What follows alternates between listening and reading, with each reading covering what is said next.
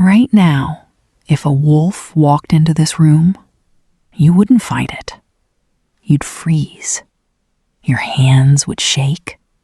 Your legs would forget how to run. And somewhere deep in your chest, a voice would whisper the truth. You have nothing left to fight with. 40,000 years ago, a human being your exact size, your exact bones, your exact DNA, could chase down an antelope on foot, wrestle a wounded bison to the ground, and walk away breathing hard, but alive. Not a warrior, not a specialist, an ordinary person. That was baseline. You carry the same body, the same muscle fibers, the same heart. So what happened to the rest of it? Let's start with a fact that sounds impossible. Humans are among the worst sprinters in the animal kingdom. A deer beats us, a dog beats us, even a chicken beats us over short distance. On paper, we should have starved 1,000,000 years ago. But nature didn't build us to win the sprint. It built us to win the War of Attrition. Ancient hunters didn't outrun their prey. They outlasted it. They followed an animal for hours under open sun, never sprinting, never stopping, just walking, jogging, tracking, closing the gap by an inch at a time until the animal's body simply gave out. Overheated, collapsed, done. This required something almost no other large mammal on Earth has: the ability to sweat through skin instead of panting through fur. It required joints built for endless motion, tendons like coiled rope, lungs that could keep pumping long after a cheetah had already quit and gone to rest in the shade. That wasn't a gift given to a chosen few. That was every hunter in every tribe. A grandmother could probably outwalk most modern athletes across a full day. A teenager could track a wounded animal for 20 miles without stopping to check a phone. Because there was no phone, only the trail.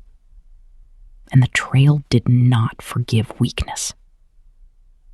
So where did it go? It didn't vanish in one generation. It leaked out slowly, one convenience at a time, until nobody noticed the body underneath had gone quiet.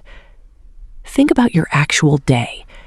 You wake up and walk maybe 15 steps to a car. The car moves for you. An elevator lifts you instead of your legs. A chair holds your spine for 8 hours, while a screen does the hunting your ancestors' eyes once did. By evening, the average human today will have used less physical effort than a Stone Age child used before breakfast. And the body, brutally efficient, brutally honest, does exactly what evolution designed it to do with unused tissue. It removes it. Muscle you don't use gets broken down for parts. Bone density you don't demand gets quietly withdrawn. Your body isn't broken. It's listening. And what it's been hearing is, we don't need this anymore. That's the horrifying part. You didn't lose your ancestors' strength through some tragedy. You lost it through comfort. Nothing hunted it out of you. You simply stopped asking for it, and it left without complaint. Now picture the version of you that never had that option. A predator is at the edge of camp. Not a metaphor, an actual animal with claws built to open flesh. There is no gun, No wall, no phone to call for help. There is a sharpened branch, your own 2 hands, and the people standing beside you. Ancient humans didn't survive predators by being the strongest animal in the fight.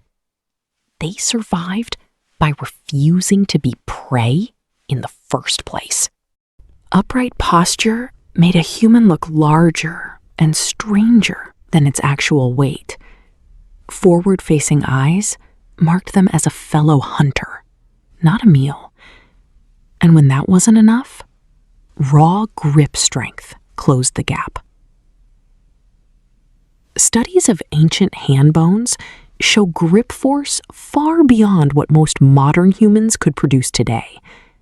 Hands shaped by a lifetime of climbing, throwing, hauling, and holding on when letting go meant dying. A gorilla can grip roughly 4 times harder than an untrained human today. But our ancient ancestors weren't that far behind, because every single day was resistance training, with no gym membership required. Carrying meat back to camp, digging, building shelter, wrestling with siblings, climbing for food. The world itself was the workout, and it never let you skip a session. Here's what should really unsettle you. Your body still remembers how to build that strength. The blueprint never left. Muscle fibers still respond to load the exact same way they did 50,000 years ago. Bone still thickens under stress the same way. The hardware is intact.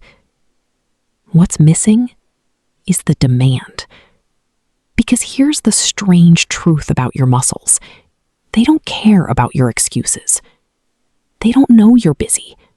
They don't know you have a desk job. They only understand one language: effort.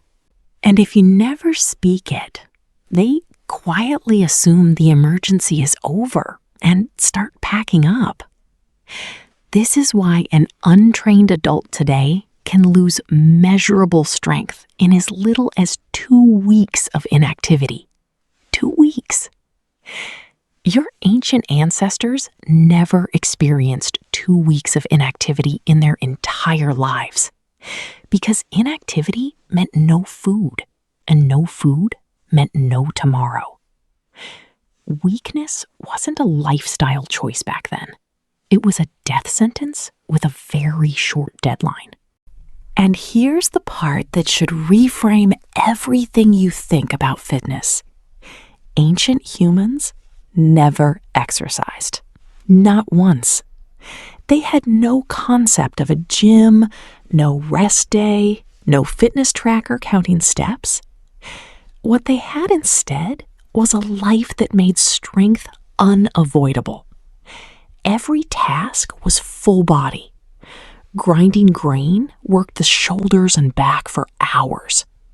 Carrying water built the legs and core with every uneven step. Throwing a spear demanded the exact rotational power that modern trainers now try to recreate in expensive machines. The strength wasn't trained, it was lived.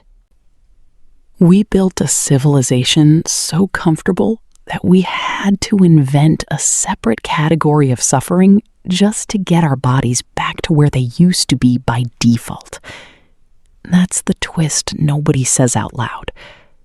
The gym isn't an upgrade, it's a patch, a desperate attempt to replace 40,000 years of natural movement with 1 guilty hour squeezed between meetings. But physical strength was never really the point. It was armor for something bigger, the ability to endure. Ancient life demanded a kind of resilience that had nothing to do with muscle size. Cold nights with no blanket. Days without food while still tracking prey. Injuries that had to be walked off because there was nowhere else to go. That endurance wasn't optional toughness. It was the baseline requirement for staying alive until tomorrow. Modern comfort didn't just soften your muscles. It softened your tolerance for discomfort itself. A slightly cold room now feels unbearable. A missed meal feels like a crisis. A long walk feels like a punishment instead of Tuesday. Your ancestors would not recognize the version of hard that stops you today. And that's the real cost hiding underneath the muscle loss. It's not just that you'd lose a fight with a wolf. It's that you might not even try. The instinct that once said, stand your ground, hold the line, keep moving no matter what, that instinct is still wired into you. It's just buried under thousands of easy days that never once asked it to wake up. So, no, you probably couldn't wrestle a bison to the ground tomorrow morning. But that's not because the ancient body is gone. It's because it's been asleep, waiting for a reason it never got. Every rep you'd need to rebuild that strength, your body already knows how to do it. Every callus, every extra pound of muscle, every ounce of grip force, it's all still written into the same genetic code that carried a hunter across 20 miles of open land without stopping.